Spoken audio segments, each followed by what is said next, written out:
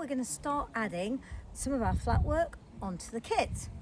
First thing we're going to be looking at is our forwards drive. So if you remember, this was where we used the cue word to tell our dog to run away in a straight line ahead of us.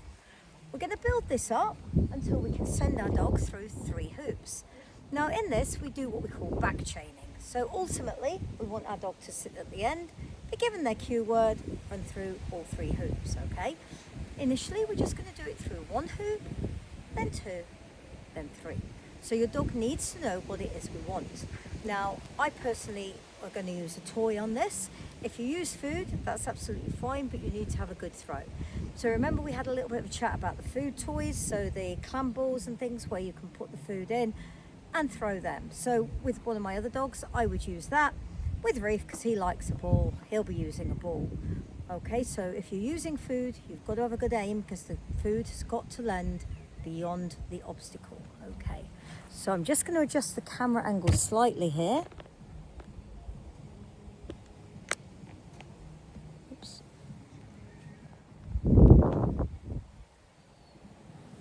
The camera's had a rough day, it's falling over.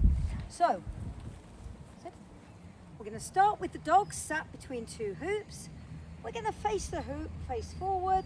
We're going to give them the cue word and we're going to throw the ball so that it lands ahead of them. Get out. What you should see is when your dog hears the cue word, they start to move forward before the toy is thrown. So remember, just the same as on the flat work. Good boy. Get out. Okay, so he's quite confidently doing 1 hoop there. So let's have a little look at 2. Okay.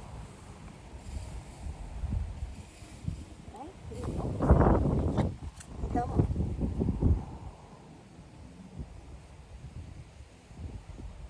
Get out. Oh dear. Come on. Get out. So he's going round the second hoop there. I have no idea why, so we'll set it up again. Sit.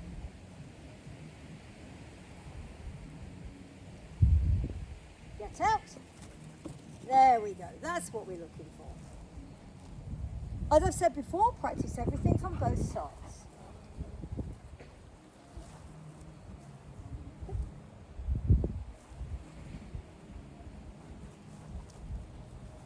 Try and make sure your dog is facing in the direction you want it to go. I think that's what probably happened when he went round the second hoop. He wasn't quite facing square, so when I told him to get out, he ran in a straight line. Unfortunately, it didn't involve the hoop. Get out. So we're quite confidently taking 2 hoops. Just going to move the camera a little bit back so you can see the third.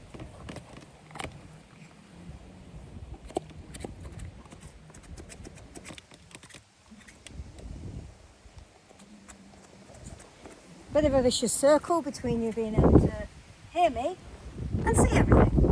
We're going to try for 3 hoops.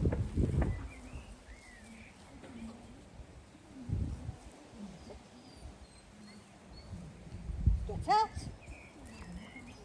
So the ball wants to be landing, the ball, the toy, the food, whatever you're using needs to be landing ahead of the dog as they go through that 3rd hoop.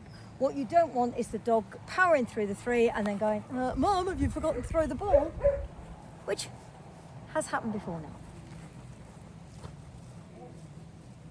Sit. Get out. Okay, so that's how we add value into the straight line, the running out. Build it up gradually, guys. So you've all got 3 hoops with you. Practice on 1, getting the dog to power ahead. Once I've come around and checked you're all managing that, we'll then add the 2nd hoop in and then the 3rd hoop in. And then what you would do down the line is make the gaps between the hoops bigger until eventually we've got 3 meters or so between each hoop and your dog's still confidently running ahead. So remember, your cue word for your forwards drive means keep running in a straight line. Keep going forwards. Off we go, guys.